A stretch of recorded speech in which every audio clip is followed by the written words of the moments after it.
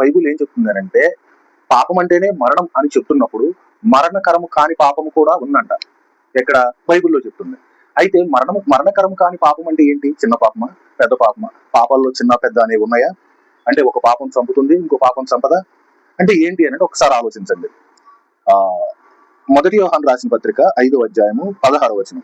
తన సహోదరుడు మరణకరము కాని పాపము చేయక ఎవడైనను చూచిన యెడల అతడు వేడుకొనుము.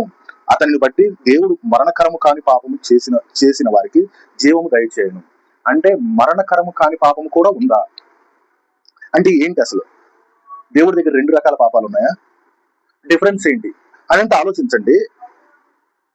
పాపం అనేది ప్రతిదీ కూడా వెంటనే రిజల్ట్ అనేది ఇవ్వదు. అసలు తప్పు ఎక్కడ ఉంటుంది అని అంటే, ఒక వ్యక్తి పాపం చేస్తాడు. పాపం చేసిన తర్వాత ఆ పాపాన్ని బట్టి ఏం చేస్తారంటే, అందరూ చేయట్లేదా, ఏంటి చేస్తే ఏంటి, ఈ మాట కూడా అనుకోడు. అసలు పాపం చేసిన స్పృహ కూడా ఉండదు.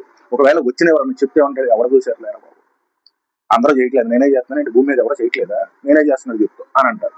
ఇంకొక మనిషి ఉంటాడు, పాపం చేసిన తర్వాత ఎవరో చెప్పాల్సిన అవసరం లేదు, కావాలని పిలిచి ఎక్కడో ఒక మాట వినిపించిన, లేదా ఏదో ఒక తెలియని గిల్టీనెస్ అనేది తనలో తాను ఒక చింతపడిపోతూ ఉంటాడు, బాధపడుతుంటాడు. అయ్యో నేను ఎందుకు చేశాను, ఇది చేయకుండా ఉండాల్సింది కదా, ఇది చేయకూడదు కదా అని బాధపడతాడు. అంటే ఏంటి అని అంటే, చేసింది ఇద్దరు మనుషులే, చేసింది పాపం, అది పాపం, అది తప్పే, ఇది తప్పే, సేమ్ తప్పు అనుకున్నాం. కానీ ఎందుకని ఇద్దరిలో ఉన్న డిఫరెన్స్ ఏంటి? ఈ మనిషి ఏం చేస్తున్నాడంటే పశ్చాత్తాపడుతున్నాడు. దేవుడు ప్రేమ కలిగిన దేవుడు. నాకు నీకు మనకిచ్చిన ఒక పెద్ద అవకాశం ఏంటంటే, నువ్వు పశ్చాత్తాపడడానికి అవకాశం ఇచ్చాడు. నువ్వు ఎప్పుడైతే నువ్వు చేసిన పాపానికి గిల్టీగా, రిగ్రెట్ గా ఫీల్ అయ్యి దేవుడి దగ్గర క్షమాపణ అడుగుతావో అది మరణకరము కాదు. మళ్ళీ ఇంకొకసారి, నువ్వు ఎప్పుడైతే పాపం చేసిన తర్వాత వెంటనే గిల్టీగా ఫీల్ అవ్వకుండా ఉండలేవు, ఫీల్ అవుతావో, క్షమాపణ అడుగుతావో, అది మరణకరము కాదు.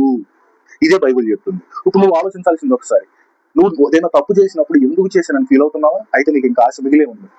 ఇంకొకటి, నువ్వు ఏదైనా తప్పు చేసానని కూడా తెలియట్లేదా? లేదా నేను చెప్పినట్టుగా ఎవరు చూసాడు, ప్రతి ఒక్కరు చేస్తున్నాను, నేనైనా చేస్తాను అనుకునే స్థితిలో ఉన్నావా?